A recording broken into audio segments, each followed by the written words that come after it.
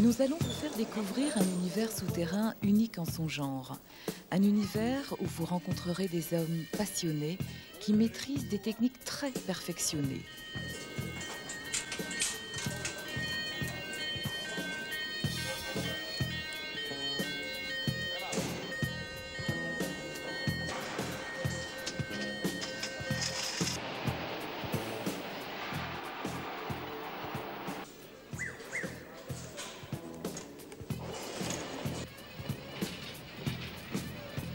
Nous allons vous faire découvrir Remo, l'énergie charbon.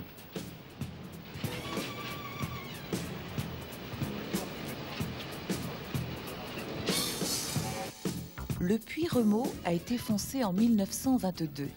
Il porte le nom d'Élie Remo, ingénieur des mines et président des houillères de Sarre et Moselle de 1918 à 1922. À l'origine, les installations de Remo faisaient partie du siège de Merlebach. C'est en 1981 que le siège de Merlebach a été scindé en deux, l'unité d'exploitation Wouters et l'unité d'exploitation Remo. La concession minière des HBL s'étend sur 40 km de long et environ 30 km de large. Le gisement est exploité à partir de 3 unités, la Houve, Wouters et Remo. L'unité d'exploitation Remo gère directement deux puits. Le puits Remo, proprement dit,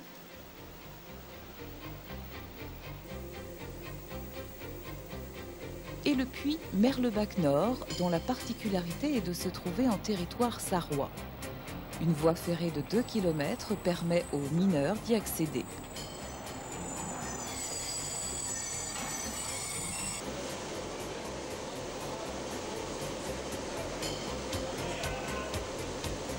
L'exploitation est concentrée dans la partie nord du gisement, sur le flanc sud-est de l'anticlinal de Simon. L'inclinaison des veines, le pendage, est de l'ordre de 25 degrés, ce qui correspond à une pente de 51%. Leur épaisseur va de 2,50 m à 4,50 m. Aujourd'hui, l'exploitation est réalisée entre les étages 1036 et 1250. 1250 mètres sous terre.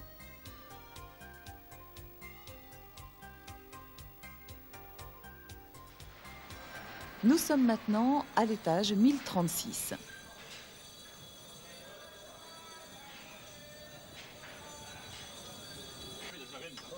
Pour rejoindre leur chantier, souvent éloigné de plusieurs kilomètres, les mineurs prennent le train.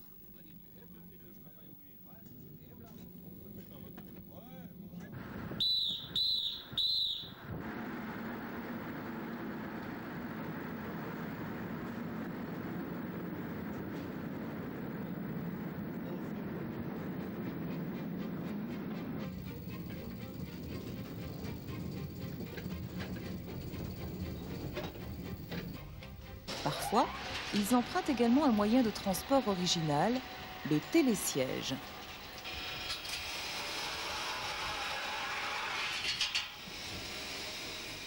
Et pour passer de l'étage 1036 à l'étage 1250, les mineurs utilisent un puits de liaison au fond, appelé bure.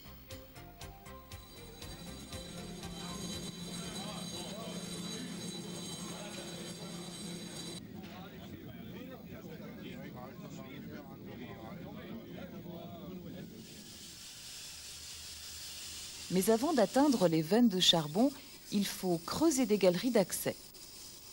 Ces travaux, dits au rocher, sont réalisés par foration et tir à l'explosif.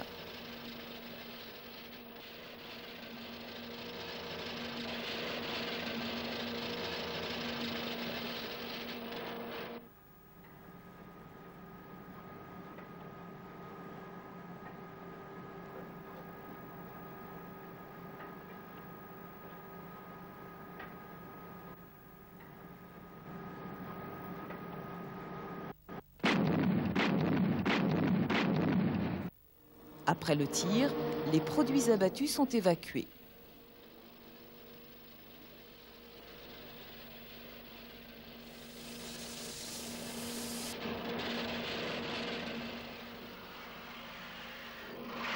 Le soutènement est réalisé soit par des cintres métalliques, soit par boulonnage. Un chiffre à retenir, Renault compte plus de 60 km de galeries ouvertes. D'autres galeries sont creusées dans le charbon. Elles permettront de découper le panneau d'exploitation. Pour cela, les mineurs utilisent des machines d'abattage ponctuelles. Ces machines permettent l'abattage, le boisage et l'évacuation des produits de manière sûre et rapide. L'avancement peut atteindre 20 mètres par jour.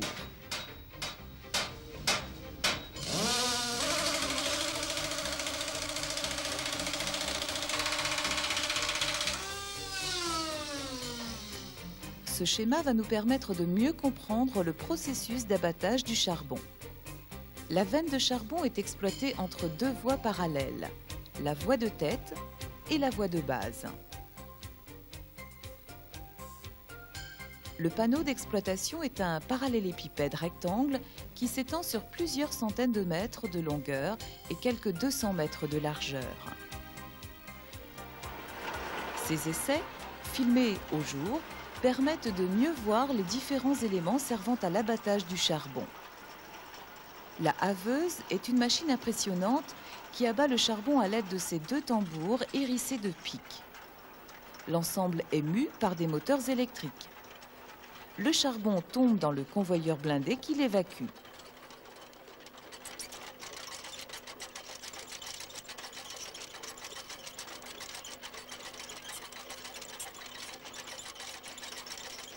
Le soutènement marchand, composé de vérins hydrauliques, assure le maintien du toit. Il avance au fur et à mesure de la progression de la machine. Après chaque passage de la haveuse, il faut riper le convoyeur blindé pour préparer la coupe suivante. Les piles de soutènement sont également avancées. À l'arrière des piles, les terrains s'effondrent, c'est le foudroyage. Sur ce dessin, nous retrouvons nos piles de soutènement ainsi que la haveuse. La haveuse évolue entre la voie de base et la voie de tête. Ce déplacement est appelé une passe. À chaque passe, les pics des tambours arrachent du massif 80 cm de charbon. Nous voici maintenant dans un chantier d'exploitation. 250 mètres de largeur avec une épaisseur de l'ordre de 4 mètres. La haveuse est en marche, pilotée à distance par le haveur. Poids total 85 tonnes, longueur 12 mètres, puissance des moteurs électriques 1200 kW alimentés en 5000 volts. Dans de bonnes conditions, ce sont plus de 10 000 tonnes de charbon brut qui sont abattues par jour, évacuées par un convoyeur de grande capacité d'1 mètre de large.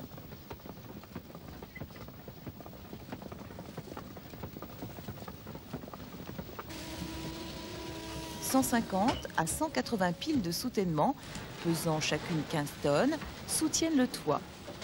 Chaque pile possède 2 étançons qui totalisent une poussée de 480 tonnes. Tout ce matériel, à la pointe de la technologie minière, est entretenu par les hydrauliciens, les mécaniciens et les électromécaniciens. À la sortie de la taille, le charbon est évacué par convoyeur à bande jusqu'au puits Frémin. À cet endroit, il sera remonté au jour par des skips, sorte d'ascenseurs à charbon.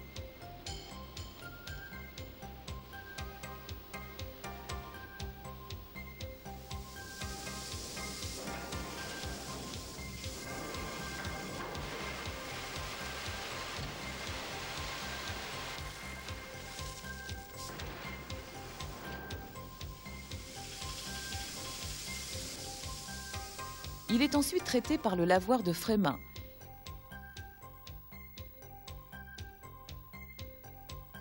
Différentes installations permettent de l'épurer, de le trier et de le calibrer.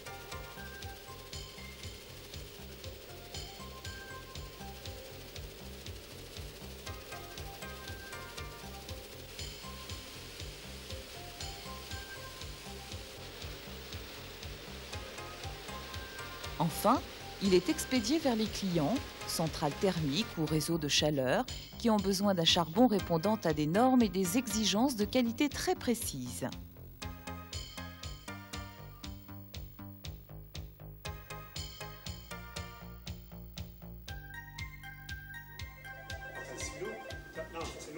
L'ensemble des opérations du fonds est suivi 24 heures sur 24 par le télévigile. Véritable tour de contrôle, le télévigile est en liaison avec toutes les installations importantes. C'est ici également que sont reliés les différents appareils de surveillance de l'atmosphère du fond pour mesurer la teneur en monoxyde de carbone et les débits d'air. De nombreuses installations de sécurité permettent de prévenir le danger, notamment les teneurs en méthane, le grisou pour les mineurs, mesuré en permanence à l'aide de capteurs assurant, si besoin, une coupure des installations électriques.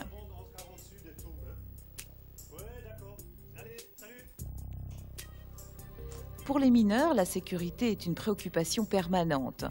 De nombreuses actions de formation permettent de sensibiliser le personnel au risque. Mais la mine est aussi une entreprise de transport. Pour mener à bien leur mission, les mineurs doivent se déplacer et acheminer sur place de nombreux équipements et matériaux. Un véritable réseau souterrain permet d'effectuer tous ces transports par divers équipements. Berline, monorail,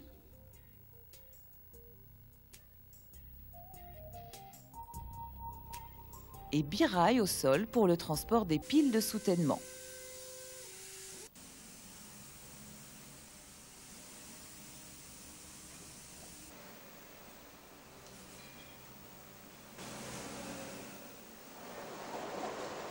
Avant d'être descendu au fond, tout ce matériel a transité par le carreau où il aura été réceptionné et préparé pour son transport.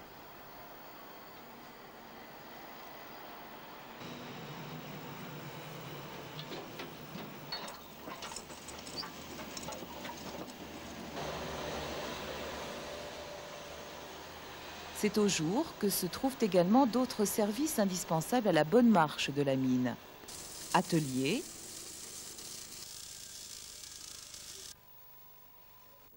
bureau des géomètres,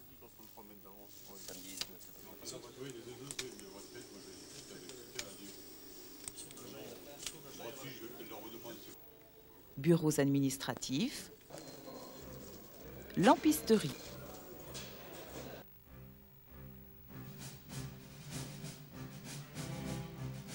Avec un effectif voisin de 1500 personnes au fond, l'unité Renault produit de l'ordre de 2 millions de tonnes de charbon par an.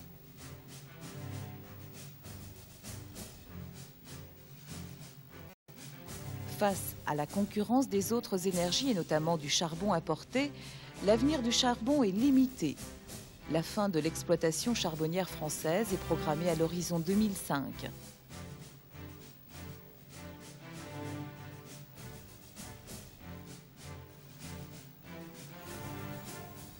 Désormais, il importe de poursuivre l'extraction jusqu'à son terme dans des conditions optimales de production, d'efficacité technique et de sécurité. Il s'agit là du nouveau défi des hommes de Renault.